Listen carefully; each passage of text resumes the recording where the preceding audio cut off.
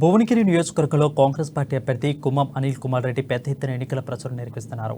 ప్రజలు తనకు విశేష స్పందన లభిస్తుందని, మార్పు తీసుకు ప్రజలు ఆలోచిస్తున్నారని ఆయన తెలిపారు.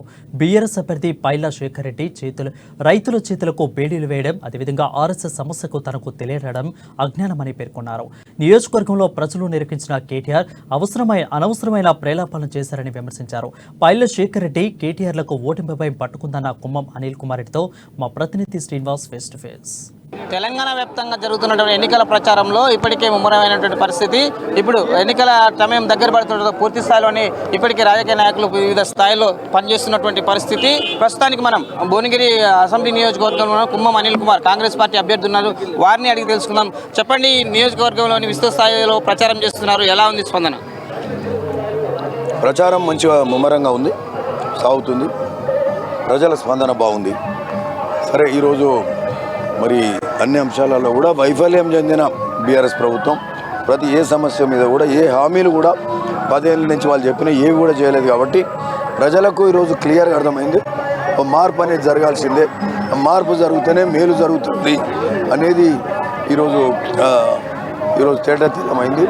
కాబట్టి ఖచ్చితంగా మార్పు దిశగా ప్రజలు ఆలోచిస్తున్నారు. సరే, ఇప్పుడు సంబంధిత పైలా శేఖర్ రెడ్డి కూడా నోరు జారి మాట్లాడుతున్నాడు. మొన్న ఈ త్రిపుల్ రైతుల విషయంలో మాట్లాడుతూ ప్రతిపక్షాలు వాళ్ళ తరఫున తప్పకుండా మాట్లాడతాం. ప్రతిపక్షాలు రైతులను ఎమ్మెల్యే ఆడనే ఉండి వాళ్ళ సమస్యల మీద రైతులు పోరాటం చేస్తుంటే బేడీలేసి జైలుకు పంపినారు. ఎమ్మెల్యే ఆడనే ఉండి స్పందించలే, ఇది తప్పు.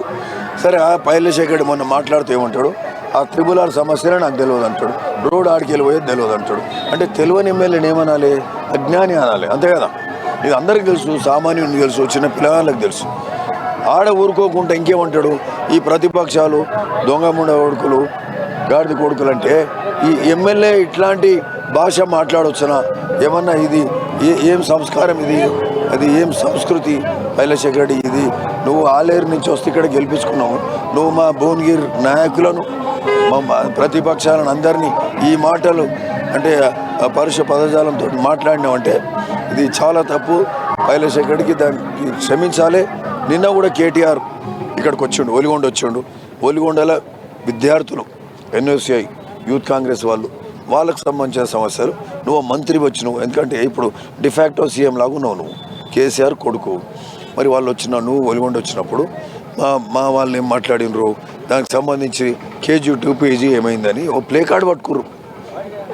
అదేమైంది, ఉద్యోగాలు ఏమైనాయి, నిరుద్యోగ భృతి ఏమైంది, అట్లా ఇవన్నీ పెట్టుకున్నప్పుడు ఆయన ఆవేశపూరితంగా అడ్డగోలుగా పిచ్చి పిచ్చి మాటలు, ప్రేలాపన ఇవన్నీ కూడా చేసిండు కేటీఆర్. ఇది చాలా తప్పు. మరి అక్కడితో ఊరుకోకుండా ఆయన ఇక రకరకాల మాట్లాడాడు. ఈ మీద ఓడేసేటోడు లేడా అంటే ఒక ఓటమి భయం పట్టుకుంది పైలా శేఖర్ రెడ్డి. మొన్న కూడా ఓటమి భయం, ఇట్లాంటి పిచ్చి ఈ ముండా కొడుకులు, గాడిద కొడుకులు అని ఆయన మాట్లాడాడు. ఎవరైనా కింది స్థాయి గ్రామ పంచాయతీలో ఒక వార్డు మెంబర్ కూడా అంటే ఏ స్థాయి వాడు కూడా అట్లా మాట్లాడరు, ఎమ్మెల్యే అట్లా మాట్లాడాడు.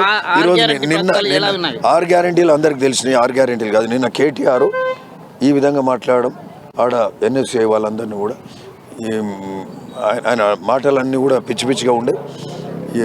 మీరు ఏం చేసిండ్రు, 50 ఏళ్ళు ఇస్తే ఏం పాలన చేసిండ్రు, మీరు నన్ను అడిగేటోడు లేడు, మిమ్మల్ని చేసేటోడు లేడు అని చిల్లర మాటలన్నీ మాట్లాడాడు. వీళ్ళ ఏంది ఈ మీద ఓడేసేటోడు లేడు దెబ్బలు అన్నట్టు తిక్క మాటలన్నీ మాట్లాడాడు. కేటీఆర్కి కూడా ఇది చాలా తప్పుడు కార్యక్రమం ఇది. మరి ఇదే యువత పెద్ద ఎత్తున మరి యువత అంతా రాష్ట్ర వ్యాప్తంగా ర్యాలీ అవుతున్నారు. నీకు బుద్ధి చెప్తారు. భువనగిరిలో కూడా ఖచ్చితంగా మరి టీఆర్ఎస్ బుద్ధి చెప్తుండ్రు అని చెప్పి ఈ సందర్భంగా చెప్తా ఉన్నాం. ఈ 6 గ్యారెంటీలు అన్నీ ఉన్నాయండి. 500 గ్యాస్ సిలిండర్ ఇవన్నీ చెప్పినాం. కాంగ్రెస్ పార్టీ మంచి కార్యాచరణ చేస్తుంది. మంచి 6 గ్యారెంటీల స్కీమ్ తీసుకొచ్చినాం.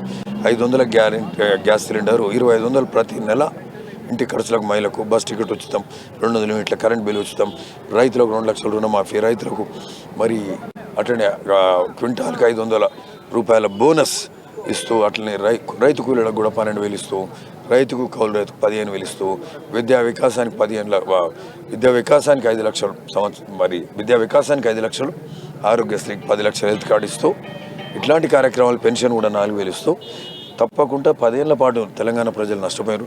అందరికీ అర్హులందరికీ 5 లక్షలతో ఇల్లు ఇచ్చే కార్యక్రమం కూడా చేస్తాం. ఇదే భువనగిరిలో ఇప్పుడే ఇండ్లు లేని వాళ్ళు ఇప్పుడే ఒక విజ్ఞాపన పత్రం ఇచ్చారు. ఈడ 4-5 వేల మందికి ఇండ్లు అవసరం ఉండే వాళ్ళందరికీ ఇండ్లు ఇస్తాం. ఇండ్లు లేని వాళ్ళకి ప్లాట్ ఉంటాయి, ప్లాట్లు కట్టిస్తాం. ప్లాట్ లేకపోతే ప్లాట్ ఇచ్చి కూడా ఇల్లు కట్టిస్తాం. ఓవరాల్గా చెప్పండి, భువనగిరి కిలాపై మరోసారి కాంగ్రెస్ జెండా ఎగరనుందా? ప్రజల్లో ఎలా వస్తున్నది? 100% ఈసారి గుర్తుంది. ఈరోజు 75 సీట్లు కనీసం గెలుచుకొని ప్రభుత్వానికి వస్తున్నాం. భువనగిరిలో కూడా ఎమ్మెల్యే గెలుస్తున్నాం. ఇక్కడ ఉన్నటువంటి పరిస్థితి ఏది ఏమైనప్పటికీ భువనగిరి కిలాపై కాంగ్రెస్ జెండా ఎగరవేశారంటూ అనిల్ కుమార్ కూడా ధీమా వ్యక్తం చేస్తున్నారు. కెమెరామెన్ క్రాంతితో శ్రీనివాస్, ఉమ్మడి నల్గొండ జిల్లా అమ్మా న్యూస్.